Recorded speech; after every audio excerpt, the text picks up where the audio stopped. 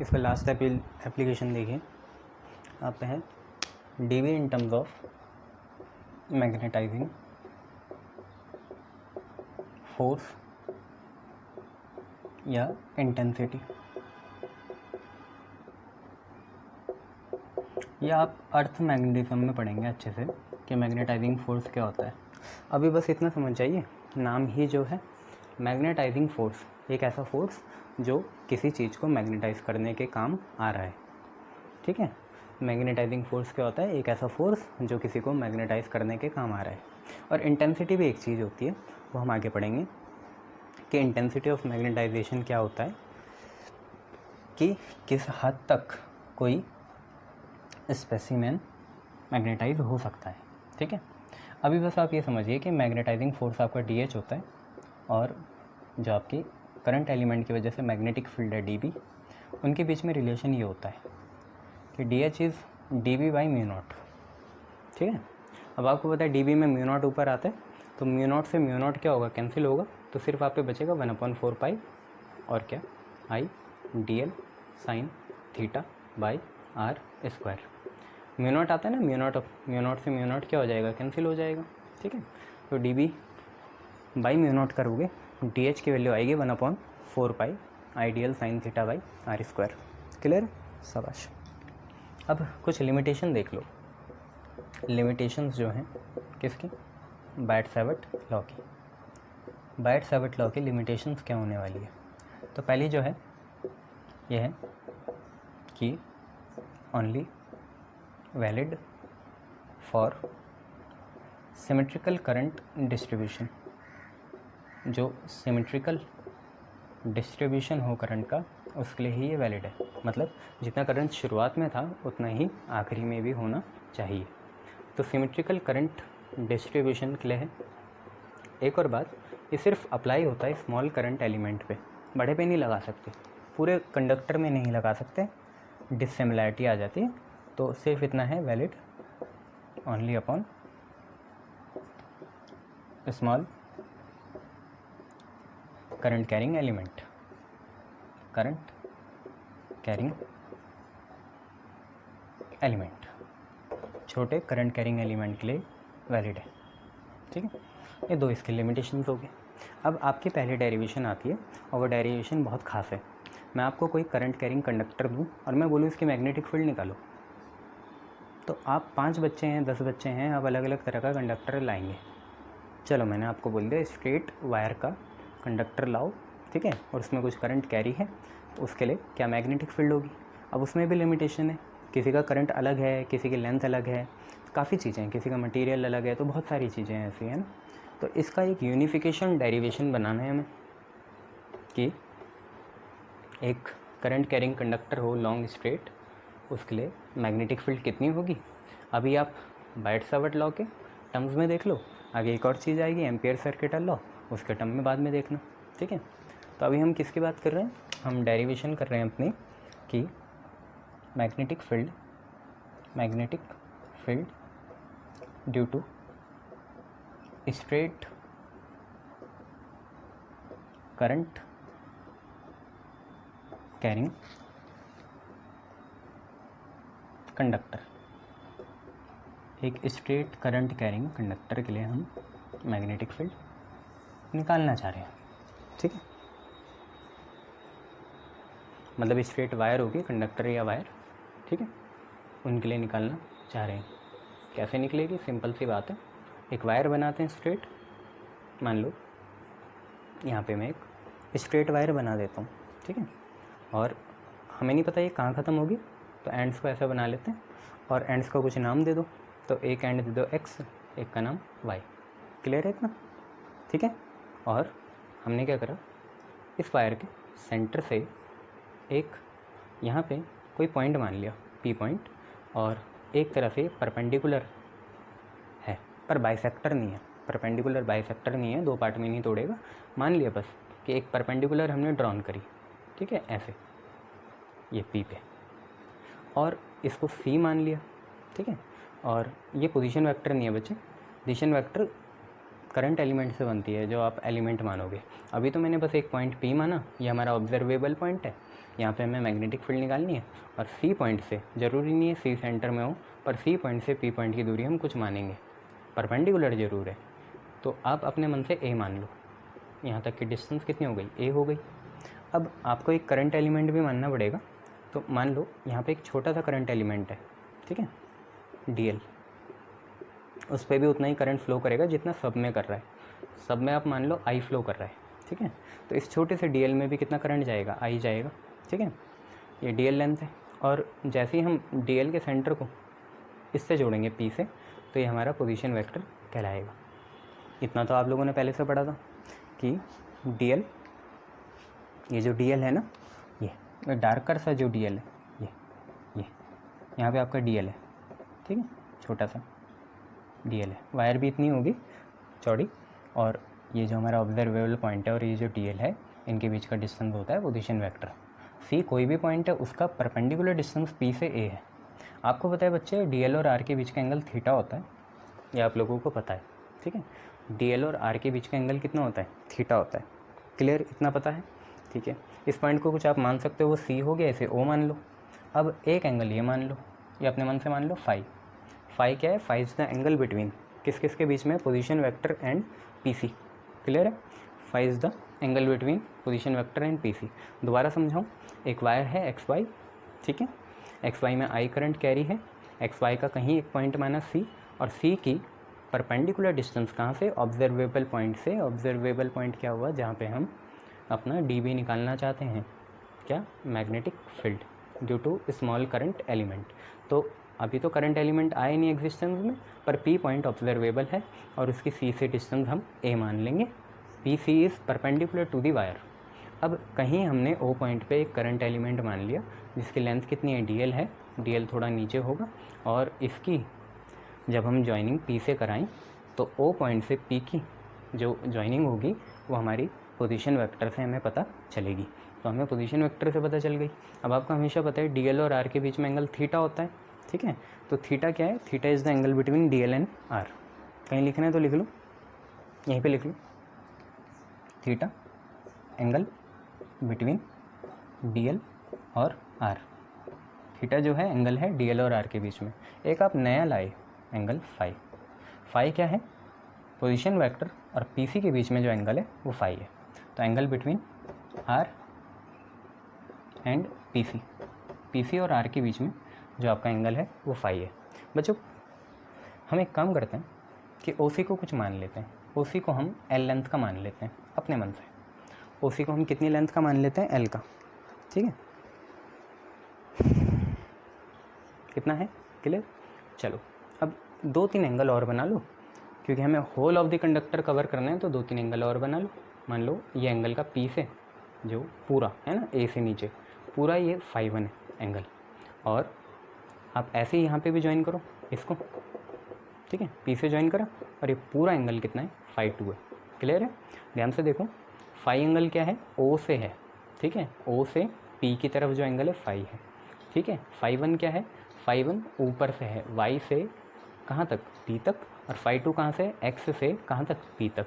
ये एंगल नीचे है तो नेगेटिव लगा देंगे, ठीक है, ये एंगल नीचे है तो क्या लगा देंगे, नेगेटिव लगा देंगे, ऊपर पॉजिटिव है। तो अभी हमें पता चला क्या क्या चीज़, कि consider conductor XY carrying current I। XY की हमें लेंथ नहीं पता, कैरिंग करंट I। एक हम पे कंडक्टर है XY, उसमें कितना करंट है, I है। Let P be the observable point, let P be the observable point. P हमारा कैसा पॉइंट हो गया, ऑब्जर्वेबल पॉइंट हो गया। क्लियर, P हमारा ऑब्जर्वेबल पॉइंट है। एंड लेट, हम मान के चलते हैं कि C जो है कोई भी पॉइंट है in XY, let C be any point in XY such that PC जो है, PC A के बराबर है, और जो आपका PC है वो परपेंडिकुलर है आपके वायर के। वायर कितनी है, XY। क्लियर है ना, PC A के बराबर है और PC परपेंडिकुलर है किसके, XY के। अब सिंपल सी बात, कंसीडर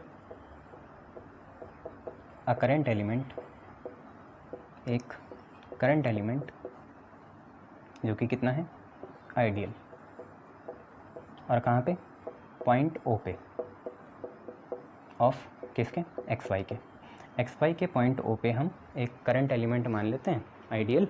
करंट उसमें आई ही होगा जो पूरी वायर में, और उसकी लेंथ डी एल है। ठीक है, नाउ हम ये मान लेते हैं कि जो हमारा पी ओ है, पी ओ, ओ पी या पी ओ, ठीक है, पी ओ जो है आर वेक्टर है, और आर क्या है, आर आपका पोजीशन वेक्टर है किसका, ऑफ किसका, करंट एलिमेंट, कहाँ से, करंट एलिमेंट, ठीक है, कहाँ से, पी के रिस्पेक्ट में, तो विद रिस्पेक्ट टू पी, और कहाँ से, फ्रॉम ओ से।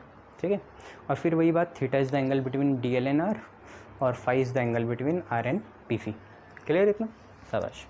5 1 5 2 आप लोगों को दिख रहे हैं, बहुत बढ़िया, देख लो इस डायग्राम को। और सी ओ को हमने कितना माना है, एल माना है। ठीक है, अज्यूम सी ओ को कितना, एल। ठीक है, तो इतनी सारी चीज़ें थी कि एक वायर है एक्स वाई, उसमें करंट आई कैरी कर रहा है फ्रॉम एक्स टू वाई, और उसके किसी पॉइंट सी से हम एक ऑब्जर्वेबल पॉइंट मान लेते हैं पी, और उनकी परपेंडिकुलर डिस्टेंस ए है। अब हमने ओ पॉइंट पे एक करंट एलिमेंट माना जिसकी पी ऑब्जर्वेबल पॉइंट से डिस्टेंस कितनी है, पोजीशन वेक्टर आर से डिनोट होगी। उसके बाद हमने थीटा एंगल मान लिया डी एल और आर के बीच में, और फाई एंगल मान लिया आर और पी सी के बीच में। उसके बाद हमने ओ सी को एल ले लिया। क्लियर इतनी बात। फिर दो एंगल बनाई, प्रोजेक्शन बनाई, फाई 1 और माइनस फाई 2। अब देखिए अब क्या चीज़ है, देखिए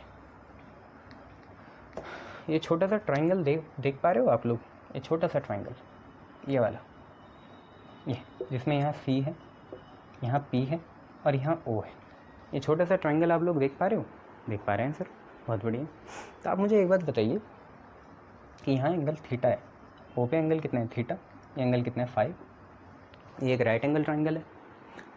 किसी भी ट्राइंगल का सम कितना होता है, 180 होता है। तो एक तो ये हो गया 90, तो 180 से 90 गए, कितने बचे, 90। इसका मतलब इन दोनों को मिलके कितना होना पड़ेगा, 90 होना पड़ेगा। इतनी बातें क्लियर है। पूरा एंगल 180 है, 90 उससे कम हो गया सी वाला एंगल, तो इन दोनों को भी मिलके कितना होना पड़ेगा, थीटा और फाई को 90 होना पड़ेगा। इतना क्लियर है। ये तो ऐसे समझ लो कि भाई पूरा एंगल 180 है जिसमें सी एंगल 90 है, एक एंगल थीटा है, एक एंगल फाई है। पूरा एंगल 180 है, एक एंगल 90 है, एक एंगल थीटा है, एक एंगल फाई है। इससे ये कैंसिल होगा तो 90 आएगा। तो 90 की वैल्यू आ गई थीटा प्लस फाई। इसका आप कुछ इक्वेशन मान लो जैसे पहली हो गई। 90 की वैल्यू कितनी है, थीटा प्लस फाई है। इसे आपको 4-5 बार प्रैक्टिस करना है इसी वीक, इसे डेरिवेशन को, तो दिमाग में छप जाएगी। ठीक है, 90 is equal to theta plus phi आ गया। ठीक है, ये समझ के रखना। 90 की वैल्यू कितनी है, theta plus phi. First equation आ गया आपके, नोट करते रहिए। अब एक चीज़ देखिए कि हम मान के चलते हैं यूजिंग बायट-सैवर्ट लॉ, हम ये मानते हैं कि डीबी जो है स्मॉल मैग्नेटिक फील्ड है। कहाँ पे, at P point, due to किसकी वजह से, करंट एलिमेंट जो कि आपका आई डी एल है। इसके लिए हम एक छोटी सी मैग्नेटिक फील्ड मान लेते हैं डीबी, कहाँ पे, पी ऑब्जर्वेबल पॉइंट पे। क्लियर, शाबाश। अब एक चीज़ देखिए, डीबी की वैल्यू आनी कितनी थी, तो डीबी की वैल्यू आपको पता है आनी आपकी थी μ0/4 साथ में आपका आइडियल, साथ में साइन थीटा, साथ में आर स्क्वायर। और इसे आप अपने मन से कोई इक्वेशन मान लीजिए, तो हम इसे सेकंड मान लेते हैं। हम चाहते हैं कि ये मॉडिफाई हो जाए अच्छी तरीके से, या ऐसा मॉडिफाई हो जाए कि जनरली हर कंडक्टर जो स्ट्रेट हो उसके लिए हम जो फार्मूला आने वाला है वो लगा पाएँ। ठीक है, इसको मॉडिफाई करके। तो देखिए पहला मॉडिफाई हम ये करते हैं कि हमें ये पता चला कि फ्रॉम फर्स्ट, पहले से हमें ये पता चला थीटा प्लस फाई आपका कितना है, 90 है। इसका मतलब थीटा की वैल्यू आपकी 90 माइनस फाई हो जाएगी। देखिए यहाँ साइन थीटा है तो दोनों साइड साइन लगा लीजिए, तो साइन थीटा की वैल्यू कितनी हो जाएगी, साइन 90 माइनस फाई। हम थीटा से इंडिपेंडेंट होना चाहते हैं और हम फाई पे आना चाहते हैं, फाई प्रोजेक्शन है ना, उस पर आना चाहते हैं। तो थीटा प्लस फाई 90 हुआ, थीटा की वैल्यू 90 माइनस फाई हुई, दोनों साइड बच्चे हमने साइन लगा दिया। साइन 90 माइनस थीटा कितना होता है? Sine 90 minus theta cos theta होता है, तो साइन 90 माइनस फाइव कितना होगा? कॉस फाइव होगा। तो साइन थीटा की वैल्यू कॉस फाइव आ गई। इसको हम अपनी इक्वेशन 3 मान लेते हैं। क्लियर है? साइन थीटा कितना हुआ? कॉस फाइव हुआ, क्योंकि sign theta sign 90 minus five हुआ और साइन 90 माइनस फाइव आपका कॉस फाइव होगा। क्लियर इतना? शाबाश। अब देखो एक चीज़, अगर आपने डायग्राम देखा हो तो आपके यहाँ पे एक छोटा सा ट्राइंगल था, ठीक है। ये एंगल फाइव था, ये एंगल थीटा था, यहाँ पे सी था, यहाँ पे ओ था, यहाँ पे पी था। बच्चों मैं इसे सीधा बनाना चाहता हूँ। सीधा, सीधा मतलब कि आपका ये ऐसे बने, और अगर ऐसे बने तो आपका पी यहाँ आ जाए फाइव, कोई फ़र्क नहीं पड़ता, और यहाँ पे आपका कितना आ जाए? थीटा आ जाए, और ये एंगल आपका 90 हो जाए। ये सी हो जाएगा, ये ओ हो जाएगा। मैं ऐसा चाहता हूँ, और चाहता हूँ आपसे कि आप यहाँ से कुछ चीज़ें निकाल लें। जैसे आप सबसे पहले आप निकाल लीजिए कॉस फाइव। कॉस फाइव, तो सर हमें तो कुछ पता ही नहीं कि पी सी कितना है, तो पी सी कितना है पता है? ओ पी क्या होता है? ओ क्या होता है? करंट एलिमेंट था, उसकी पी से डिस्टेंस। तो ओ पी कितना था? आर पोजीशन वेक्टर था, आपकी कॉपी में डायग्राम है ही, चेक कर लीजिए। और पी सी कितना था? पी सी आपका ए था। पी सी कितना था भाई? पी सी ए था पक्का। और सी ओ कितना था? सी ओ, ओ सी आपने एल नहीं माना था, भूल तो नहीं गए? सी ओ कितना है? एल। ये आपने कितना माना था? एल माना था। क्लियर है इतनी बातें कि पी सी आपका कितना है? ए है। सबसे पहले यही आया था परपेंडिकुलर, फिर उसके बाद पी ओ आया था कितना? आर, फिर ये एल। कॉस फाई निकालेंगे यहाँ से। देखिए फाई के सामने वाला ये होगा परपेंडिकुलर, फाई के नीचे वाला ये होगा बेस, और ये आर क्या है? हाइपोटेन्यूस। फाई के सामने वाला परपेंडिकुलर, फाई के नीचे वाला बेस, और वो चीज़ हाइपोटेन्यूस। कॉस बच्चे आपको बताइए बेस अपॉन हाइपोटेन्यूस होता है। कॉस क्या होता है? Base upon hypotenuse. बेस देखिए कितना है? ए है। हाइपोटेन्यूस देखिए कितनी है? आर है। तो कॉस फाई की वैल्यू कितनी आई? ए बाई आर आई। क्लियर है? कॉस फाई की वैल्यू कितनी आई? ए बाई आर आई। क्लियर? अगर कॉस फाई आपका ए बाई आर है तो ए की वैल्यू कितनी हो जाएगी? खैर ए तो है नहीं, आर की वैल्यू निकाल लो। आर की वैल्यू क्या हो जाएगी? ए अपॉन कॉस फाई। आर की वैल्यू आपकी कितनी आ गई? ए अपॉन कॉस फाई आ गई। क्लियर है? ठीक है, इसको आप फोर्थ इक्वेशन मान लो। क्लियर? ठीक है, तो हम एक तो ये करेंगे कि साइन थीटा को हम कॉस फाई रिप्लेस कर सकते हैं। दूसरी बात, हम आर को हम फाई पे डिपेंडेंट ले आएंगे। आर को हम लिख लेंगे ए अपॉन कॉस फाई। अच्छा, अब एक दिक्कत आपकी किसकी आएगी? साइन थीटा का निपट गया, आर स्क्वायर भी निपट गया, अब एक डी एल है। डी एल भी निपट जाए तो बात बन जाए। तो आप यहाँ से देखिए टेन निकालिए, tan phi. Tan phi, tan क्या होता है? परपेंडिकुलर बाई बेस होता है। टेन क्या होता है? Perpendicular by base. परपेंडिकुलर देखिए कौन है? एल है, और बेस कितना है? ए है। तो टेन थीटा की वैल्यू कितनी हुई? टेन फाई की वैल्यू एल बाई ए हुई। क्लियर है इतना? टेन फाई की वैल्यू कितनी हुई? एल बाई ए हुई, परपेंडिकुलर बाई बेस। क्लियर है? तो बच्चे यहाँ से एल की वैल्यू कितनी आई? ए टेन फाई आई। ए टेन फाई। मैं क्या चाह रहा हूँ? फाई पे ही डिपेंडेंट हो जाए और एल हट जाए। तो आप एक काम करो, इसको डिफ्रेंशिएट करो। किसके रिस्पेक्ट में? फाई के रिस्पेक्ट में। तो डी बाई डी फाई हम करना चाहते हैं किसका? एल का। क्लियर है? हम एल को डिफ्रेंशिएट करना चाहते हैं फाई के रिस्पेक्ट में।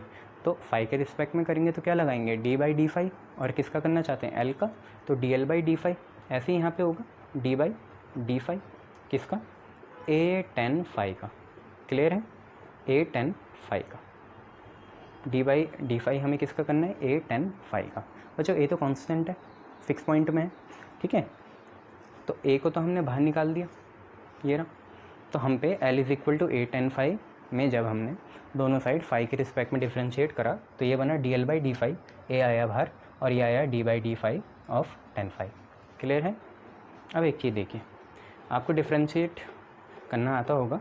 टेन का डिफ्रेंशिएशन सेक स्क्वायर होता है, तो d L by D phi कितना आया? नहीं आता। तो अब याद कर लीजिए कि डिफ्रेंशिएशन ऑफ टेन फाई होता है sec square phi. Tan phi का डिफ्रेंशिएशन कितना? Sec square phi. तो ए तो है, टेन फाई का डिफ्रेंशिएशन आ गया सेक स्क्वायर फाई। तो डी एल की वैल्यू कितनी आ गई यहाँ पे? ए सेक स्क्वायर फाई, और डी फाई इधर गया, तो a sec square phi d phi आ गई। डी एल की वैल्यू। इसको आप अपनी फिफ्थ इक्वेशन मान लेना। तो डी एल की वैल्यू आई आपकी a sec square phi d phi. Clear, शाबाश। तो थर्ड इक्वेशन भी मैं यहीं लिख रहा हूँ। थर्ड इक्वेशन है आपकी sine theta is equal to cos phi, sine theta is equal to cos phi. और अब हम पे थर्ड आ गई, फोर्थ आ गई, फिफ्थ आ गई, तो ये हम सब फर्स्ट में पुट कर देते हैं। तो ये जो तीनों वैल्यू हैं कहाँ से, from third, fourth and fifth, इसे आप फर्स्ट में पुट कर दीजिए। तो आप लोग क्या लिखोगे, putting the values of sine theta r and d l from third, fourth, fifth respectively in second. Clear, क्या बोला मैंने, putting the values of sine theta r d l from third, fourth, fifth into second respectively, ऐसा आप लोग लिखना। तो देखिए होगा क्या चेंज, होगा ऐसा चेंज कि डी बी जो है कितना आ जाएगा, म्यू नॉट अपॉन 4 पाई चल रहा है, आई चल रहा है, डी एल की वैल्यू डालना शुरू करते हैं। तो डी एल की वैल्यू आपकी फिफ्थ से आई ए सेक स्क्वायर फाई और यहाँ पे कितना डी फाई। क्लियर है, डी एल की वैल्यू आपकी कितनी आई, a sec square phi d phi. Sine theta की वैल्यू कॉस फाई है, साइन थीटा की वैल्यू कॉस फाई है, अपॉन आर स्क्वायर। देखिए आर आपका ए अपॉन कॉस फाई है, इसका आपको करना है स्क्वायर। क्लियर, इसका आपको करना है स्क्वायर। तो बच्चे जब स्क्वायर करेंगे तो ए का भी क्या हो जाएगा स्क्वायर और कॉस फाई का भी क्या हो जाएगा स्क्वायर, ऐसे लिख लो, या कॉस स्क्वायर फाई लिख लेना। अब देखिए नीचे कोई चीज़ डिवाइड में होती है वो कहाँ जाती है, ऊपर। तो कॉस फाई का होल स्क्वायर ऊपर जाएगा। तो डी वी की वैल्यू देखिए क्या आई, डी वी की value I mu not upon 4 पाई, साथ में आई है, साथ में देखिए ए है, अपॉन में देखिए ए स्क्वायर है, म्यू नॉट अपॉन 4 पाई, आई है, ए है, अपॉन में कितना है ए स्क्वायर, साथ में देखिए क्या बचा सेक स्क्वायर फाई। ओके, फिर आपका यहाँ पे कॉस फाई है, फिर देखिए कॉस स्क्वायर फाई ऊपर गया तो यहाँ पे कॉस स्क्वायर फाई आ जाएगा। और देखिए एक चीज़ और बच रही है डी फाई, और कुछ यहाँ पे है नहीं। देख लीजिए आप अपना भी रिवीजन कर लीजिए, चेक करिए, क्रॉस चेकिंग करिए, ये आ गया। अब देखिए कॉस स्क्वायर सेक स्क्वायर भी कटेगा क्योंकि एक दूसरे के रेसिप्रोकल होते हैं। या तो कॉस को 1 बाई सेक लिख लो, तो कॉस स्क्वायर आएगा 1 बाई सेक स्क्वायर और सेक स्क्वायर से सेक स्क्वायर कैंसिल हो जाएगा ऊपर नीचे वाला, या सेक स्क्वायर को 1 बाई कॉस स्क्वायर लिख लो तब भी कैंसिल हो जाएगा। फाइनली देखो हम पे क्या बचा, फाइनली हम पे बचा डी बी की वैल्यू कितनी, डी बी की वैल्यू बची म्यू नॉट बाई 4 पाई और साथ में आई बचा, अपॉन में ए बचा, और यहाँ पे कॉस फाई बचा, और यहाँ पे डी फाई बचा। तो अब फाइनली पूरी तरीके से आप किस में कन्वर्ट कर चुके हो, फाई में। पूरी तरीके से आप किस में कन्वर्ट कर चुके हो, फाई में। क्लियर है, बहुत बढ़िया। अब एक काम, जब आप पे छोटी सी मैग्नेटिक फील्ड आ गई छोटे से करंट एलिमेंट की वजह से, तो आप टोटल मैग्नेटिक फील्ड निकाल लो। ठीक है, तो हम क्या निकालने जा रहे हैं, टोटल मैग्नेटिक फील्ड। तो टोटल मैग्नेटिक फील्ड बी होती है किसी भी कंडक्टर के लिए, जैसे इस एक्स वाई के लिए बी हो गई, तो बी क्या कैसे मिलेगी, ये हमने वाइट-सावर्ट लॉ के एप्लीकेशन से देखा। इस चीज़ का हमें करना पड़ेगा इंटीग्रेशन और विद इन प्रॉपर लिमिट। आप देखिए वाई कहाँ से शुरू हुआ, वाई शुरू हुआ φ1 से, वाई का एंगल कितना है φ1, तो यहाँ पे बी लिखेंगे डी बी। वाई का एंगल कितना है φ1 और ये एंगल कितना है φ2, एक्स का एंगल कितना है φ2, पर φ2 किस में था, माइनस में था। क्लियर इतनी बातें। y और x के बीच में दो एंगल हैं φ1 और φ2, इन्हें प्रोजेक्शन बोलते हैं। φ1 पॉजिटिव है, φ2 क्या है, नेगेटिव है। अब देखते हैं एक चीज़, देखो ये पूरी चीज़ इंटीग्रेशन के अंदर आने वाली है, पर इंटीग्रेशन सिर्फ उस चीज़ का होगा जिसकी लिमिट है, या उस चीज़ का होगा जिसका डी फाई है ना। इंटीग्रेशन सिर्फ किसका होगा, जिसकी लिमिट है। लिमिट किसकी है, फाई की, और होगा भी किसका, फाई का। तो डी फाई का होगा तो मतलब कॉस फाई का होगा। ये क्यों बता रहा हूँ, क्योंकि जो कांस्टेंट है उसे बाहर निकालो। जैसे म्यू नॉट भी कांस्टेंट है, 4 पाई भी कांस्टेंट है, करंट भी यूनिफॉर्म फ्लो करेगा, नहीं तो वाइट-सावर्ट लॉ लग नहीं सकता, और ए लेंथ भी क्या है, फिक्स है। तो mu not upon 4 pi I by a fix आया। तो अंदर क्या बचा, देखो इंटीग्रेशन लगेगा, हालांकि यहाँ पे पूरी इंटीग्रेशन लगे होगा, पर mu not upon 4 pi I by a बाहर आ गया। तो अब इंटीग्रेशन के अंदर बचा कॉस फाई, और क्या बचा, डी फाई, और लिमिट क्या है, φ1 से लेकर कितना, -φ2। ठीक है, φ1 से लेकर -φ2, ये आपकी लिमिट है।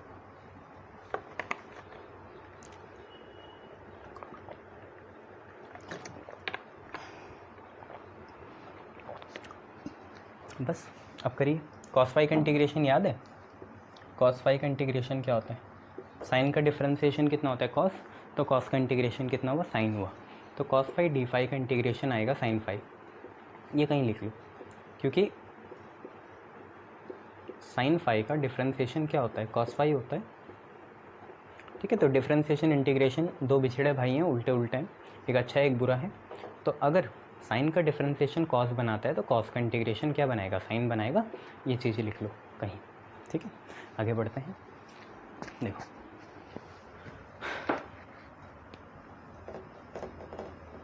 देखो बी आया आपने म्यू नॉट बाई 4 पाई, साथ में यहाँ पे कितना है? आई बाई ए है, और कॉस फाई का इंटीग्रेशन सॉल्व हो क्या आया? Sine phi. तो ब्रैकेट में लिखा साइन फाई, डी फाई भी इंटीग्रेशन के साथ चले गया, और लिमिट है -φ2 से लेकर φ1। इसके बाद क्या करते हो आप लोग? याद होगा, upper limit minus lower limit. जब इंटीग्रेशन कर लेते हैं तो क्या करते हैं? Upper limit minus lower limit. इसका मतलब क्या हुआ? इसका मतलब ये हुआ कि b की वैल्यू आएगी म्यू नॉट बाई 4 पाई, साथ में i बाई ए, साइन की एक बार अप्पर लिमिट कितनी है? φ1 minus natural, upper limit minus lower limit, minus sine की लोअर लिमिट कितनी है? साइन की लोअर लिमिट है -φ2। बच्चों बायो वालों कि साइन जो होता है अपने नेगेटिव एंगल को पॉजिटिव ऐसे करता है कि वो अपने नेगेटिव को बाहर भेजेगा। तो साइन माइनस थीटा होता है minus sine theta. Sine minus theta कितना होता है? Minus sine theta. इसका मतलब ये माइनस बाहर आएगा, ये आ गया, और ये माइनस माइनस क्या बन जाएंगे? प्लस बन जाएंगे। क्लियर है? शाबाश। तो ये आपका फाइनल फार्मूला आ गया। Clear? b is equal to mu not upon 4 pi I by a sine φ1। ठीक है, ये साइन φ1 प्लस साइन φ2 दोनों आगे, साइन पॉजिटिव है। ठीक है, mu not upon 4 pi I by a sine φ1 sine φ2। अब देखिए इसके कुछ स्पेशल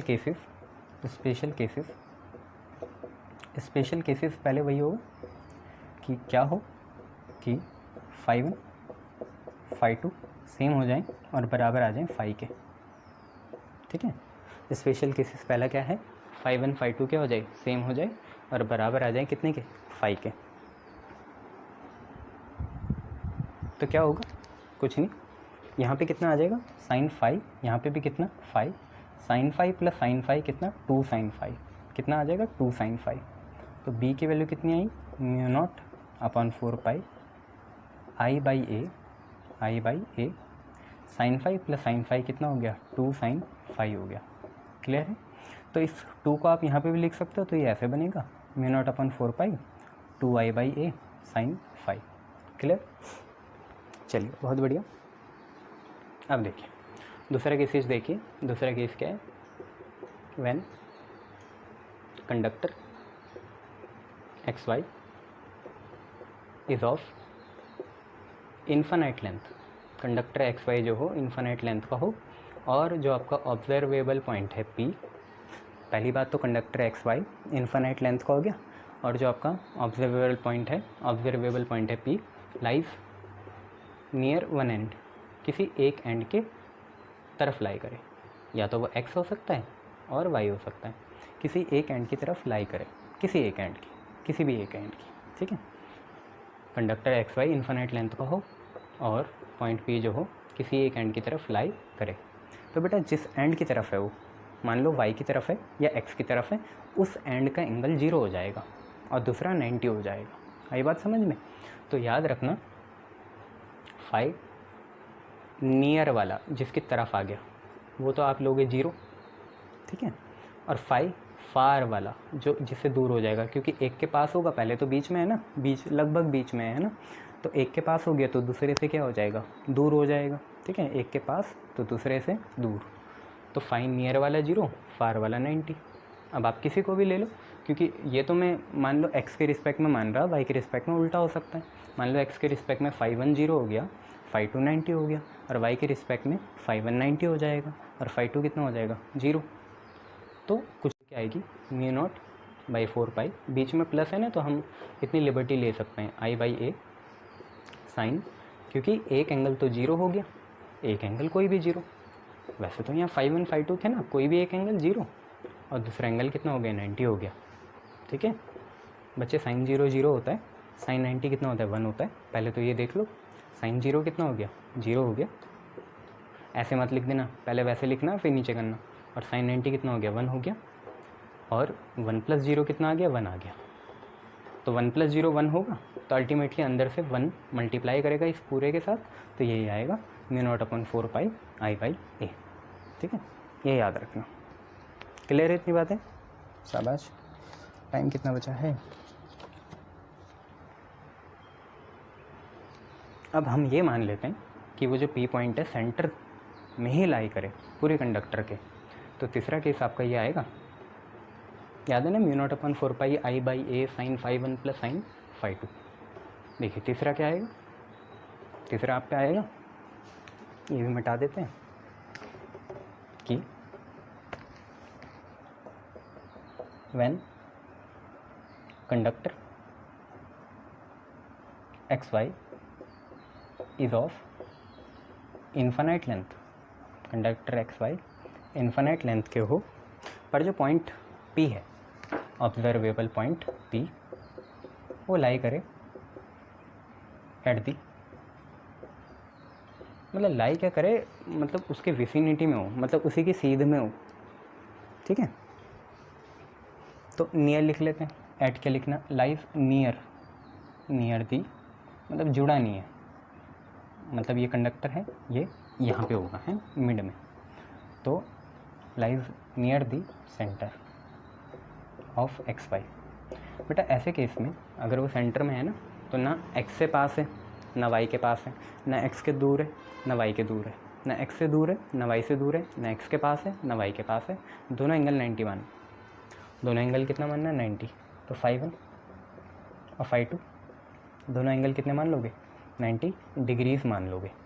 बी की वैल्यू क्या आ रही थी, μ0/4π, साथ में कितना आई, अपॉन में कितना ए, साथ में कितना साइन φ1, φ1 तो 90 है, प्लस साइन φ2, φ2 भी कितना है 90, साइन 90 बच्चे 1 होता है, और साइन 90 यहाँ पे भी 1 हुआ, और 1 + 1 कितना हुआ 2 हुआ, तो उस 2 को हम आगे लिख लेते हैं, तो b की वैल्यू आएगी μ0/4π 2i/a। क्लियर है? बहुत बढ़िया। अब एक आखिरी केस, हमेशा इनफाइनाइट कंडक्टर तो होगा नहीं, रियल केसेस में क्या होगा, रियल केसेस में एक फाइनाइट लेंथ का कंडक्टर होगा। तो हम ये मान के चलते हैं आखिरी केस कि कंडक्टर XY जो है ये फाइनाइट लेंथ का है, मान के चलते हैं कुछ L मान लो, तो कंडक्टर XY फाइनाइट लेंथ का है, जो कि कितनी है L है, कंडक्टर XY फाइनाइट लेंथ का हो गया, जो कि कितनी है L है। और अभी भी वही पॉइंट P जो है, क्योंकि अब एक फिक्स लेंथ हो गई, तो हम परपेंडिकुलर बाइसेक्टर मान लेते हैं, सेंटर मतलब वही हुआ परपेंडिकुलर बाइसेक्टर, परपेंडिकुलर भी होगा और कंडक्टर को बाइसेक्ट भी करेगा, बाइसेक्ट मतलब 2 इक्वल पार्ट में डिवाइड कर देना। ठीक है, तो point P is perpendicular bisector of XY, ऐसा मान के चलेंगे। तो देखिए होगा क्या, मान लिया कंडक्टर XY की लेंथ अब फिक्स हो गई, कितनी, कैपिटल L, और P पॉइंट बिल्कुल सिधाई में, ऐसा P पॉइंट बिल्कुल सिधाई में आ गया।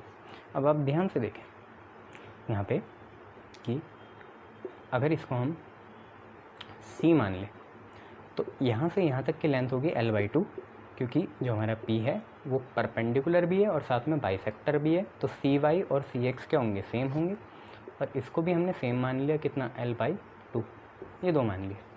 तो आपने एक प्रॉपर्टी पढ़ी होगी ट्राइंगल की कि जब 2 इक्वल साइड हों तो उनके कंटेन्ड एंगल भी क्या होते हैं, सेम होते हैं, है ना, the angle between 2 equal sides are equal, angle between 2 equal sides are equal, ये आप लोगों ने पढ़ाई है। ठीक है, तो अब क्या करें, 2 एंगल मान लेते हैं, थीटा या फाई मान लो, इसमें कोई दिक्कत थोड़ी है, फाई मान लो। इसके सामने वाला एंगल कितना है फाई, तो इसके सामने भी कितना पड़ेगा फाई, इतना क्लियर है, ये 90 - फाई हो जाएगा, ये 90 - फाई होगा, कोई दिक्कत नहीं है।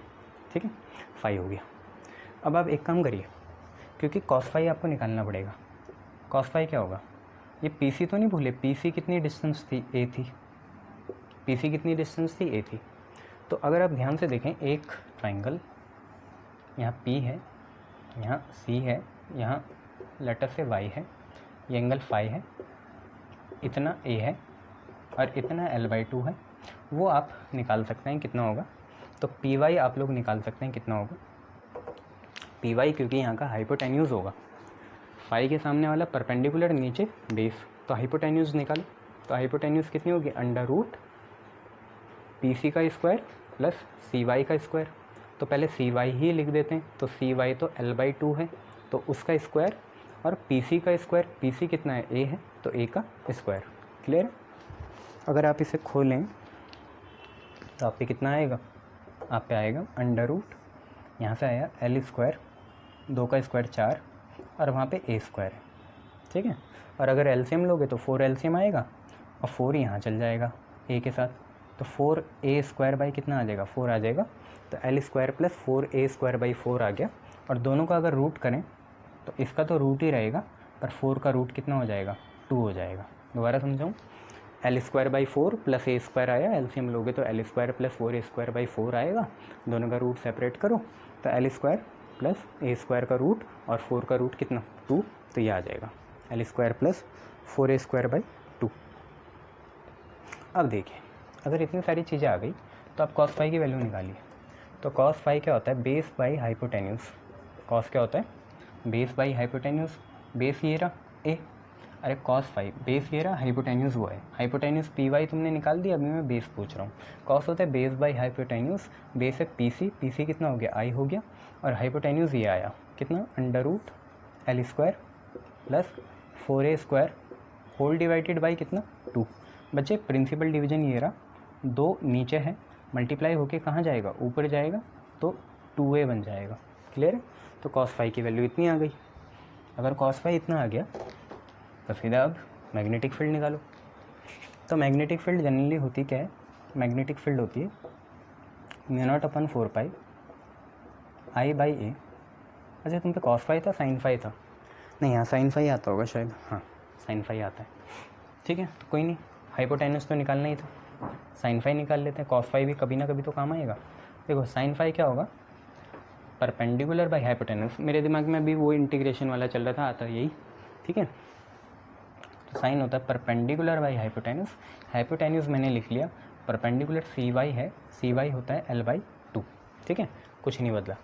μ0/4π I/a साइन φ1 प्लस साइन φ2 ये आता है। पर क्योंकि φ1 φ2 सेम है, देखो ये एंगल भी फाई है, ये भी एंगल फाई है, ये भी फाई बना, ये भी फाई बना, sine phi plus sine phi आ गया 2 साइन फाई, 2 साइन फाई। बस अब पुट करो वैल्यूज़। तो देखो b की वैल्यू आई μ0/4π, 2 को i के साथ ही भेज दो, तो 2i/a, और जो आपका साइन फाई है उसकी वैल्यू ये रही कितनी, l/2 upon under root l² plus 4a², l² plus 4a², यही। इस 2 से ये 2 कैंसिल होगा, तो फाइनली आपकी वैल्यू आएगी b की μ0/4π कितनी, IL अपॉन a, साथ में कितना, under root l² plus 4a², ठीक है। b की वैल्यू आई μ0/4π IL/a, ठीक है, 4a² प्लस l² l/2। अच्छा, 1 2 इसका भी था ना, इसका under root l² plus 4a²/2, हाँ 1 2 इसका भी था, 2 से 2 कैंसिल होगा, तो फिर ये 2 नहीं आएगा, यहाँ पे ये 2 नहीं आएगा, तो l/2, ये 2 साइन फाई का तो आएगा ही, तो यहाँ 2 आया, बट साइन फाई खुद l/अंडर रूट l² प्लस 4a² होगा, तो वो ये रहा। दोबारा समझो, साइन फाई l/2 हुआ, हाइपोटेन्यूज की value under root l² plus 4a²/2 हुई, mu not upon 4 pi I by a sine phi plus sine phi हो गया 2 साइन फाई, ये 2 गया बाहर, तो mu not upon 4 pi 2 I by A secure हो गया। साइन फाई की वैल्यू ये डाली, 2 से 2 कैंसिल होगा, l by under root l square plus 4a square, तो होगा क्या, यहाँ पे 2i भी आएगा, ऐसा आएगा 2il, ये ठीक है, ठीक है। Mu not upon 4 pi 2il upon a under root l square plus 4a square, ये आप पे वैल्यू आएगी। क्लियर, शाबाश।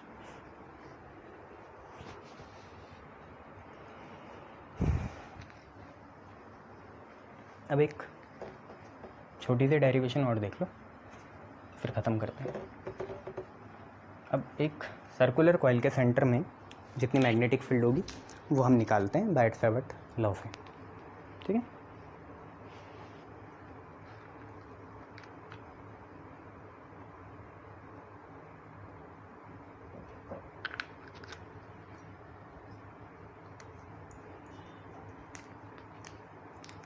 तो देखो नई डेरिवेशन क्या है, derivation number 2, magnetic field at the centre of circular coil carrying current, ठीक। Magnetic field at the centre of circular coil carrying current, यहाँ पे भी बायट-सैवर्ट लॉ ही लगेगा। मैग्नेटिक फील्ड निकालनी है आपको कहाँ, सर्कुलर कॉइल के सेंटर में, और उसमें आई करंट कैरी हो रहा है। तो एक सर्कुलर कॉइल बना लेते हैं, पर करंट कैसे दिखाएंगे, तो ऐसे दिखा लेंगे, ऐसे, ठीक है।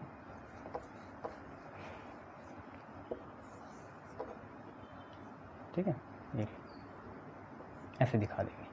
मान लो एक्स से शुरू हुई, वाई पे ख़त्म होगी, और ऐसे करंट आपकी जा रही है, ऐसे, ये ऐसे आपकी करंट जाएगी। क्लियर है, शाबाश। और सेंटर पे हमें निकालना है, ठीक है। तो ऑब्जर्वेबल पॉइंट आप कहीं भी मान लो, सेंटर पे निकालना है, तो आज तो सेंटर ही आपका ऑब्जर्वेबल पॉइंट हो जाएगा, और कोई होगा नहीं।